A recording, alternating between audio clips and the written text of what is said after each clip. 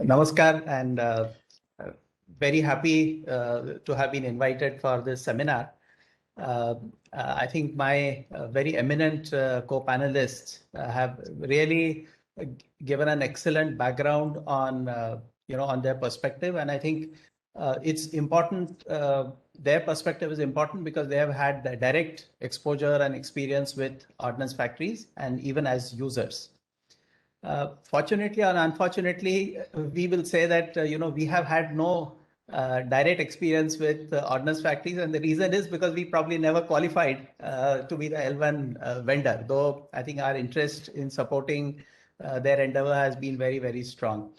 I think be that as it may, I will try and present an outsider perspective and an industry perspective on this opportunity.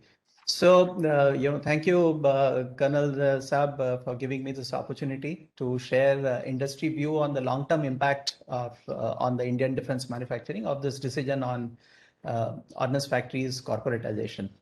I think some brief background I would say is look at these as observations, inferences, comments, and suggestions, mostly intuitive, because I mentioned to you that we have not had direct exposure. Of course, we have done some work for ordnance factories to set up, let's say, the Pinaka assembly line, or we have done work for the mixers and so on and so forth. But those were more like supplying capex equipment or production equipment, not on the manufacturing of weapon side. Also a perspective of a concerned citizen. I think we have heard, I think in great details, the distinguished veterans, General Sirs, who explained of rather sordid stories about ordnance factory. So I think you can also see that this is a perspective of a concerned citizen. Such a huge national resource not delivering to its potential is certainly a cause for concern. At the same time, I think, eternally optimist. I think, we cannot really drive looking at the rear view mirror. I'm sure, things have not been good, certainly not up to the mark, and not as per what the, end consumer or even the country needed. But I think going forward, we have to be eternally optimist, because only with the positive frame of mind, only with a growth mindset can we seize this opportunity. I will, of course, draw on the industry experience, and I'm open to correction. I think so. I mean, these are not final words. As I just mentioned, these are probably freewheeling thoughts. I was wondering whether corporatization was a solution or it's an opportunity. One thing is for sure. I think the distinguished co-panelists certainly mentioned, the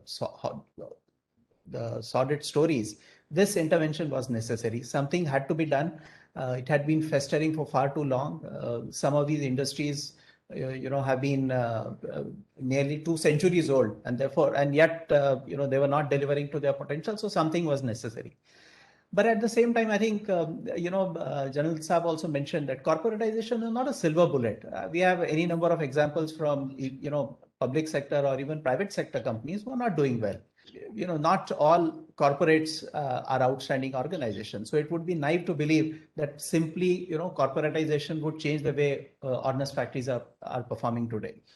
And certainly, I think they have laid stress on the need to make them customer-centric, productive, competitive, nimble and agile, cost competitive, and equipped with contemporary technology. I think both the veterans have very, very eloquently mentioned as to how on many of these scores, the current OFB performance is found wanting, and there is a big gap. And therefore, I look at this not as a solution, but as an opportunity. I think, as mentioned, because we have had corporates, for example, Air India. I'm sorry I'm taking names, but I think this is only to evidence a point that simply to say that making it corporate will not change. We have had HEC. HMT. I think these were corporates, but they didn't do well, and eventually that turned out to be a national loss. And I mentioned earlier that once again, private sector is koi doodh ka dhula nahi hai. You may have had some not so good performers even in the private sector. So I think mere corporatization will not solve the issue. But then the question is, begs to be answered as to why corporatize. I mean, if corporatization not the solution, why corporatize? I think I applied some mind, and I felt that it's when organizations get set in a certain way of doing business for decades, any change is very, very difficult. And this is where, corporatization is a new, new playbook, new set of rules, and new, new game, which the company, and this very injection of the newness is actually what will help. We've heard how for decades long things have gone on and without any downside risk. I think very, very sorry state of affairs in terms of utilization, quality, on-time delivery, or reliability of the stores that we have supplied. However, in the new garb, I think, and under new set of rules, change can be initiated. I mentioned to you eternally optimistic. I'm sure the people who were running ordnance factories have to be held accountable. There is no doubt about it. But I also believe that maybe they have tried. Maybe, they are also good people, good engineers, good executives. They really wanted to try. But, I heard somewhere that, when outstanding managers work against a system, it's always the system that wins. And this is where I would like to give them a benefit of doubt that, probably under the new garb, all the things that they wanted to change and drive, implement would be possible. So I think corporatization is once in a lifetime opportunity to the leadership of OFB to bring about drastic changes and make ordnance factories a successful defense sector unit.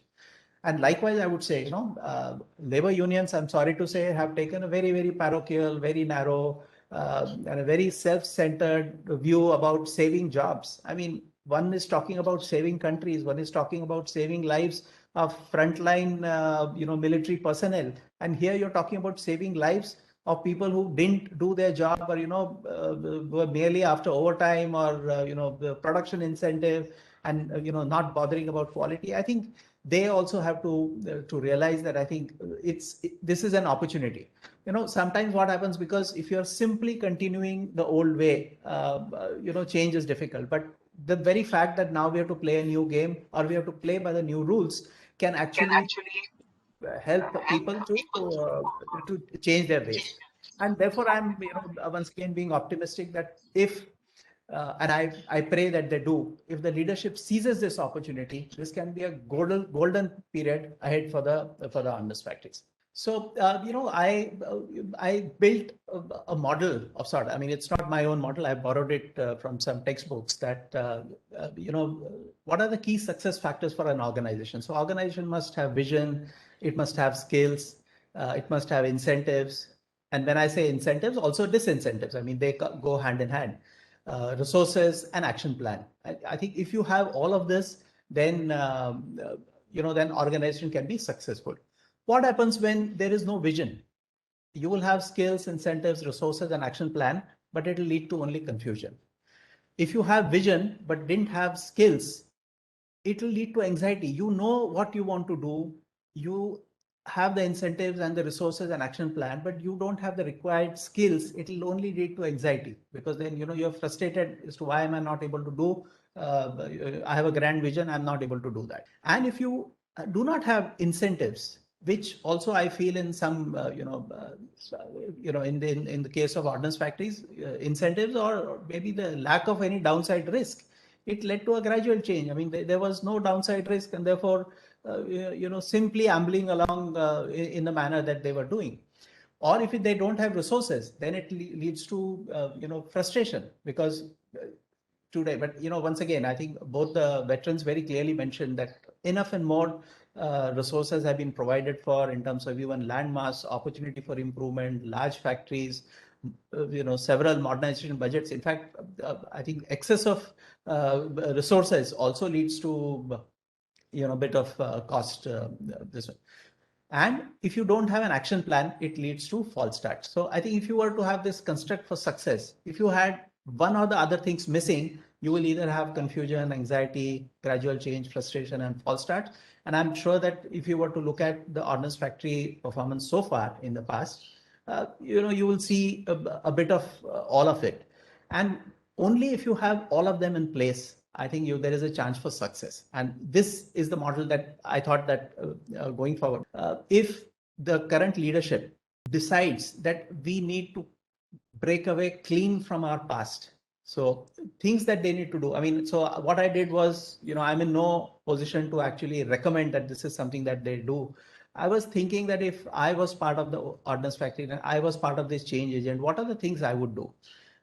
I realized that, things forward, we have to engage with all stakeholders, starting with customers, suppliers, employees, governing and, statutory stakeholders. We have to engage with them and take their perception as reality. Often, I was reading reports about ordnance factories as to how the military was complaining as to, the poor quality of ammunition, and then ordnance factory shot back saying that, this was because of mishandling. I think it takes us nowhere. If the end customer feels that we are not good, I think we have to take that perception as reality. But what we can do actually further is we can build metrics to it. Why do the stakeholders feel that our quality is not good? If you define those metrics, then it becomes a fact-based thing. And then if you are able to improve the metrics very clearly, then the perception can be changed. And from the ordnance factory point of view, I would say that given that maybe not everything is wrong with them, but I think even if they started to assume that all 100 things that have been spoken about them, let's say all 100 are correct, and if let's assume that 40 things they are actually under control, it's not a bad thing. Let them assume that all 100 things have gone wrong and go back, in post corporatization within 6 months or within a year, and actually say that we have made tremendous improvement on these 40, and here are the metrics to prove that. I think that can also create good opportunity and a good solid foundation going forward.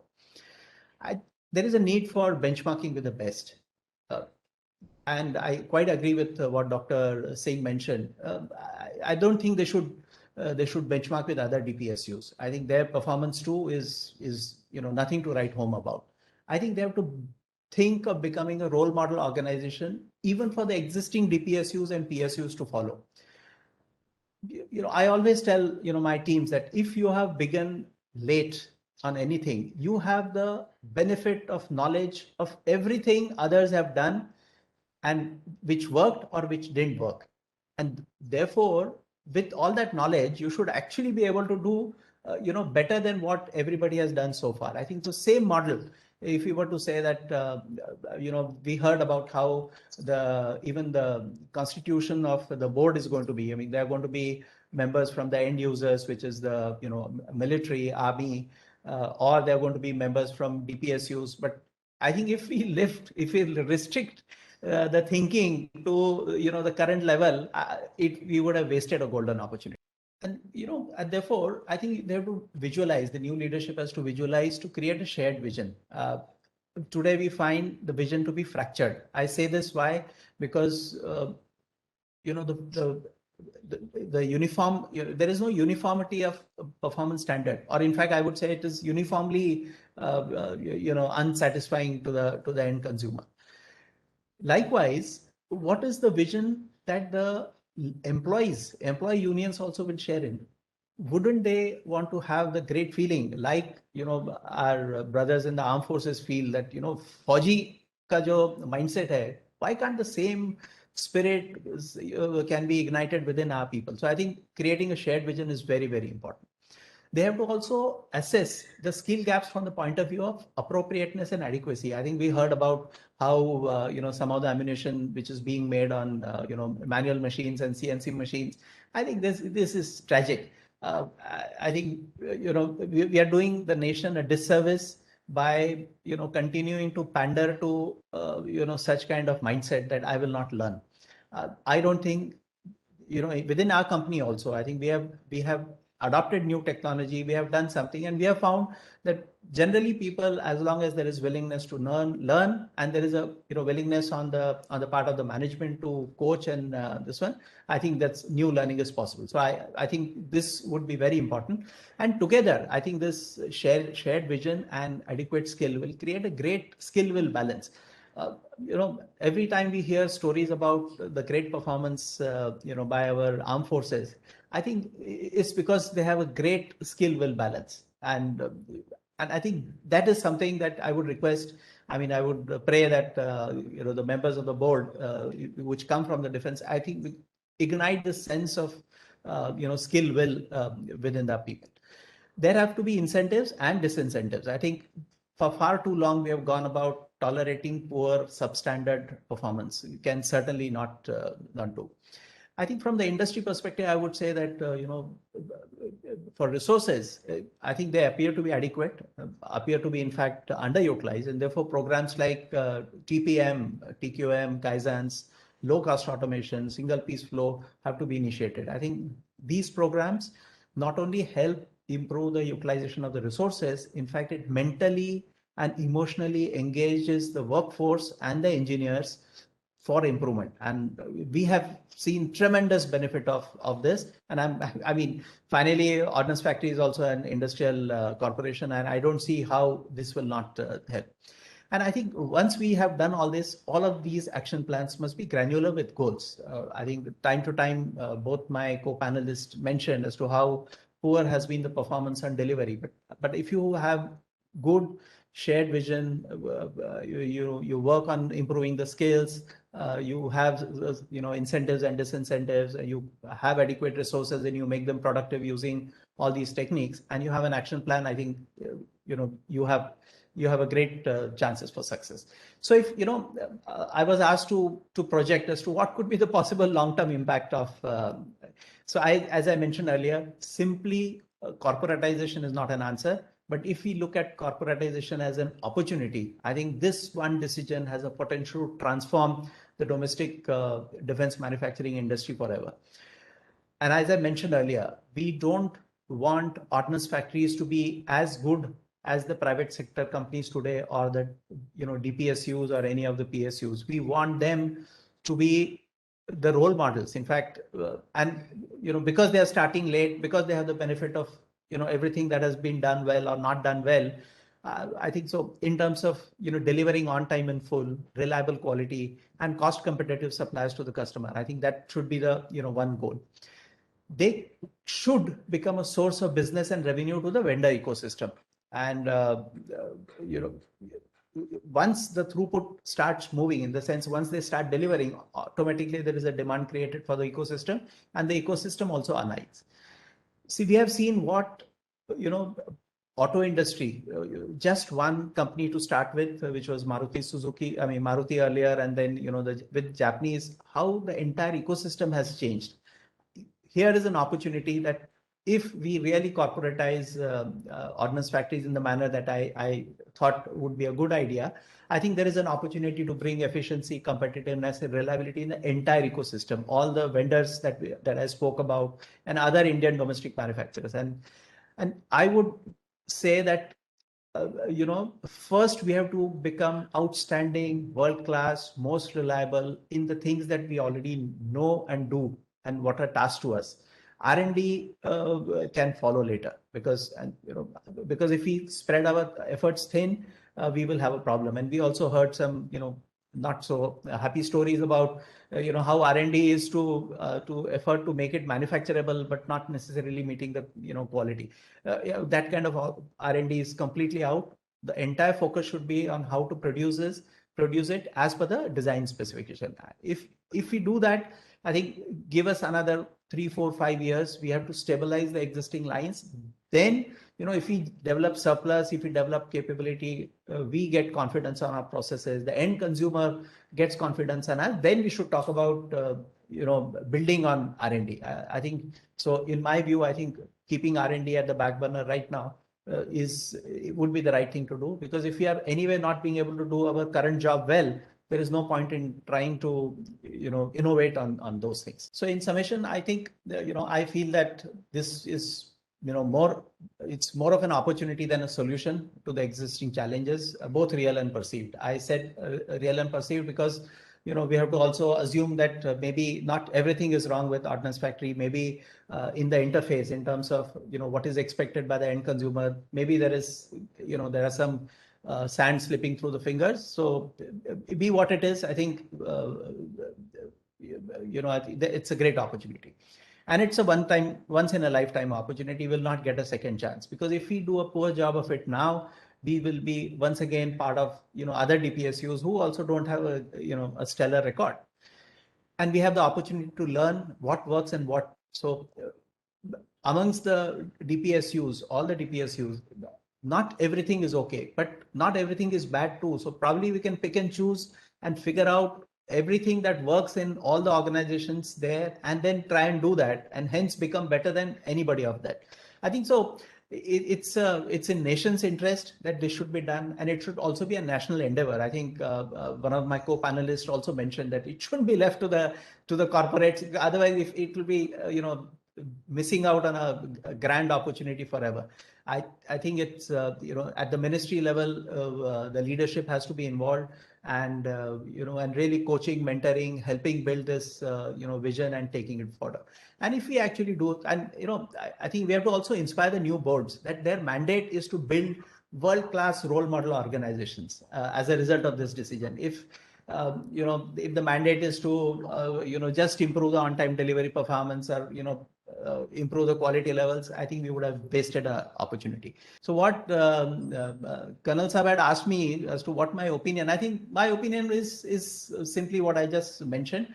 I don't think corporatization as a solution, but I think of this as a great opportunity, and if handled well, and I beg and pray that it be handled well, right from the MOD and Secretary Defense Production and Secretary Defense himself, and the end users. If we can collectively create a great spark amongst all these people, I think we have a great opportunity. I think so. Thank you for your time and consideration.